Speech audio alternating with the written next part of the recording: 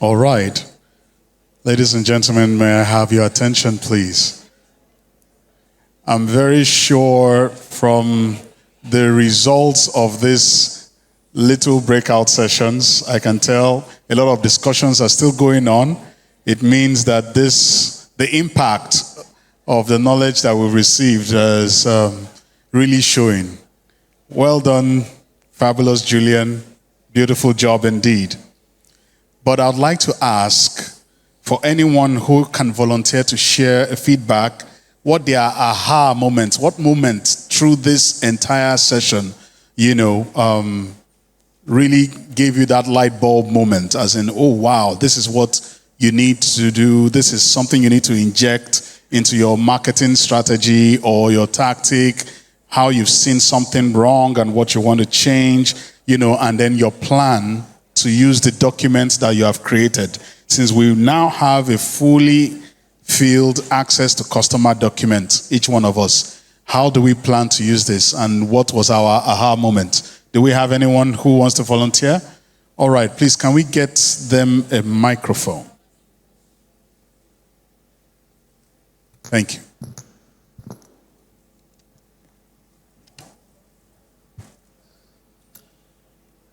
Good afternoon, ladies and gentlemen.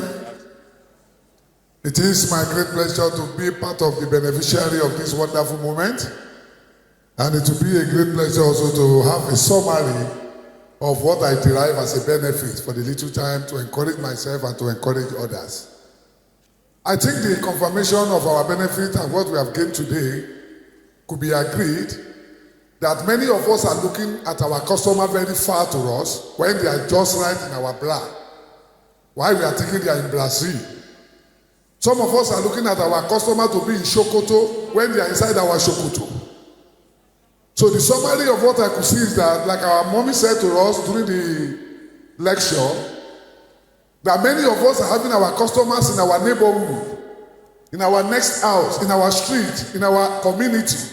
But because of our mentality that has been registered to urban style, we forgot the rural style. So it is time to wake up now to realize that what you are looking for in Sokoto can be dictated inside your Sokoto. And what you thought you need to go to Brazil for can be inside your blood in the cupboard. In summary, we need to rethink, re-strategize, and try to be at the right place, doing the right thing at the right time to enable our investment demand and supply to equilibrium and be in position to give surplus budget testimony. And I believe that with what I've gained here today, the only question that I'm just pending to ask our mommy, our lecturer for today, is that if you are not a profitable organization, maybe you are a non-profitable organization, and you are using what God has given to you to market salvation or restoration or rehabilitation to others, what other strategy can you use? Can this strategy also work with non-profitable organization? May the Lord bless all of us in Jesus' name. Clap for me now, at least. Thank you very much. That question is noted. I'm sure she will answer that in due course. Can we have anyone share how they plan to use this document that we've created today? Yes. Good afternoon, everybody. Good afternoon. My name is Fire Williams, and I make first aid boxes. So that's really the product I came here with in mind. And the greatest aha moment I had was when she started talking about what do you do after the sale. Most of us don't plan to do anything after the sale. We just say thank you and goodbye, and that is it. So having this 60 or 90-day plan, what kind of content you can use to keep in touch, and how you can make them keep coming back, that is a big, big aha, moment for me. And secondly, talking about referrals and affiliates, I would like Fabulous Julian to please give us platforms where we can create links, referral links for our customers so that we know who is referring someone to us and we can remunerate them or acknowledge them appropriately. Thank you. Thank you very much, Mrs. Williams. This is noted. A round of applause for her, please. All right. Anyone else? Anyone else would like to share? aha moments or how they plan to use this document. All right, there's one more person at the back there.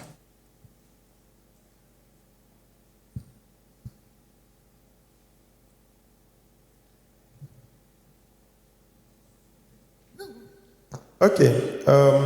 For me, it was more or less a very practical section. I was able to, I'm someone I'm an entrepreneur, I'm a chef. I own series of businesses in the hospitality space. So I tend to cut across to deal with different kinds of customers and clients. But of a recent, I started organizing conferences, the Chef Conference.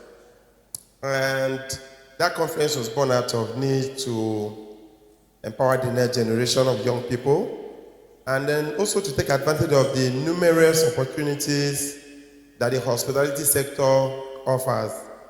So I came specifically for that conference, because we are planning the next one, the Southeast Chef Conference.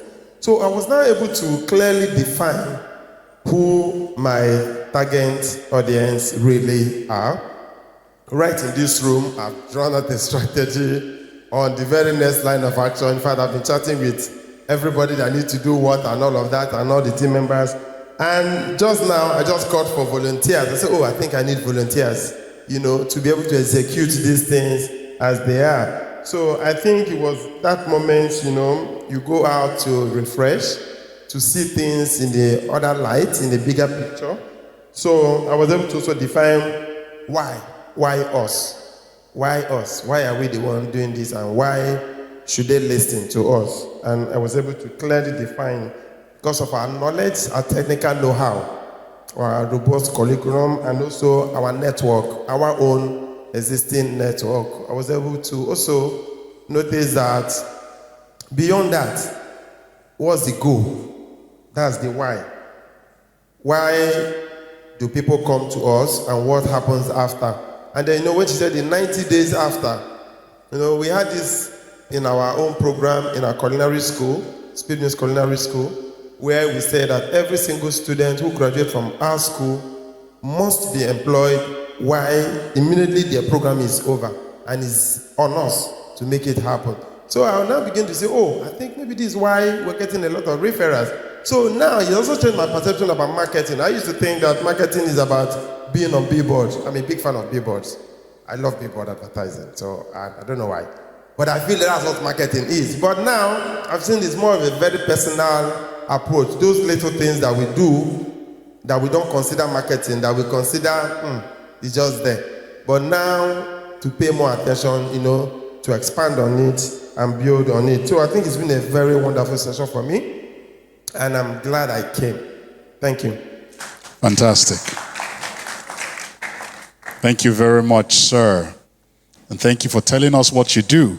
So far today, I only know about 3 or 4 businesses.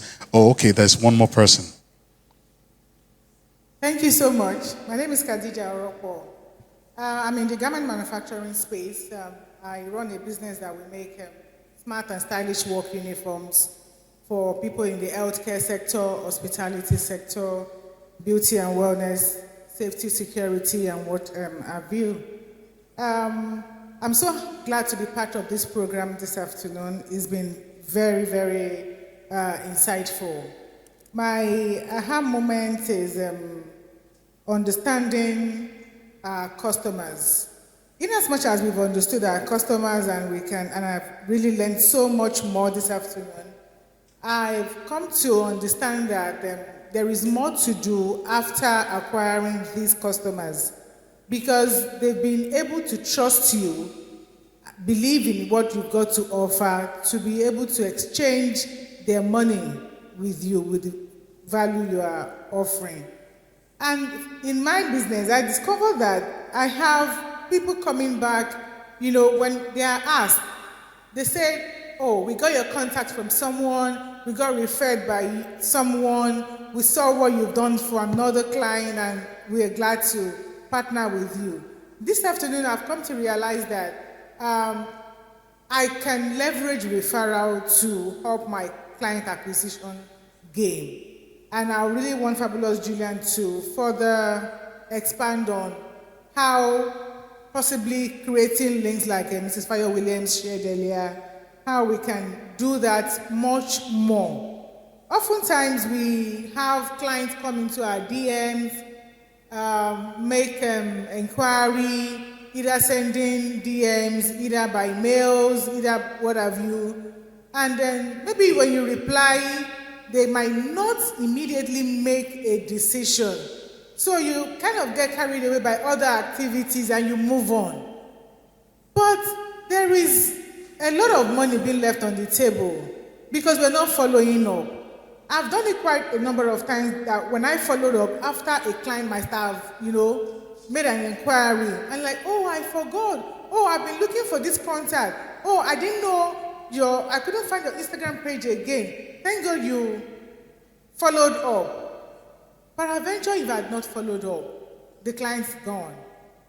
So, and that's another kind of realization this afternoon that following up on customers is very, very key. In as much as they are not buying immediately, doesn't mean they won't eventually buy. Like Fabulous Julian mentioned, we shouldn't feel like we are disturbing them. We should kind of recraft how we reintroduce ourselves to them, how we let them realize that we are their best plug for what we've got to offer them. Thank you so much, everyone. Thank you. Thank you very much, madam. We can see even from her testimony the importance of follow-up and referrals. Those were my own aha moments as well when I was listening. Thank you very much. All right, very quickly, we'll move into a very short insight session. There are two special insight sessions, and we'd like to have the very first one by the country manager, head of executive education, CE IBS Africa, in the person of Mrs. Saidat Lawal Mohammed. A round of applause, please.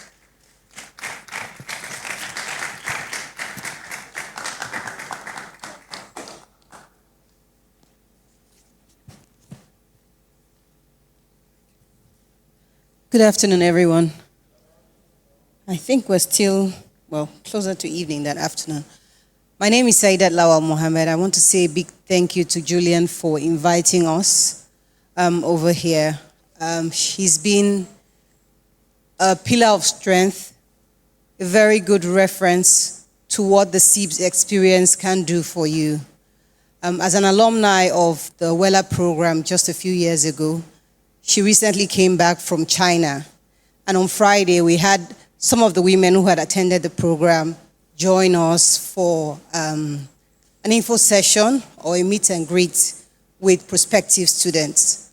The experience was one I found, even myself, humbling. Because in that room were powerful women who were ambitious and looking for a way to improve their businesses, women who were willing to learn from one another. And I have one in the room at the back right now, Khadija, speaking about how business education has impacted their business.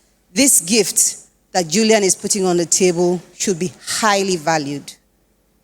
Not everyone can give of themselves, their time, their energy, their knowledge so freely.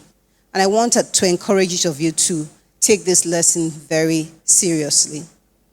The other thing to say is, what is SIBS? Who is SIBS? Many people in this room would say, China has a business school that's in Nigeria. I don't know about it. China Europe International Business School was set up about 30 years ago. It was set up as a collaboration between the European Union and the Chinese government. The school was brought into Africa in 2008, and we have a campus in Ghana. That campus also has the one in Lagos, a smaller campus here in Lagos, and we focus on training people around business concepts. We have different programs. We also have a global executive MBA, which is ranked number 1 by the Financial Times. That is a big deal for us, actually. The program that Julian was referring to is Wella. It's called the Women Entrepreneurship and Leadership for Africa program. It is a 4-month program that focuses on driving businesses to excel. It gives you the tools for you to look at your business and say, okay, this business that I'm running, what is missing there? We have people who can also help you, nurture you. We have coaches that through the program will help you develop and look at your business. Say, this is the particular part of my business that there's something missing and this is what I want to add to it. The other thing that we have is the access to other women in businesses outside of Africa. So because of that program, you have to go to Ghana. You have to interact with other business owners in Ghana. And at the end of the program, you get a chance, just like Julian did a few weeks ago, go to China, learn from businesses like Alibaba, and see what you can bring back to Africa and expand your own business, put back into your business, and help your business grow. I hope that at the end of today, we will get to hear from some of you who want to expand your businesses. You can feel free to ask Julian to share her own experience with you so you can learn from her. My name is Saidat Lawal Mohammed. You can find us, if you don't mind, on www.sibsafrica.com. sibs.edu/Africa, actually. So please try to reach out to us. You can also find us on Instagram at Sibs_Africa. Sibs_Africa. I'll spell that CEIBS_Africa. Please try to reach out to us and let's see whether we can support you grow your own business. Thank you very much.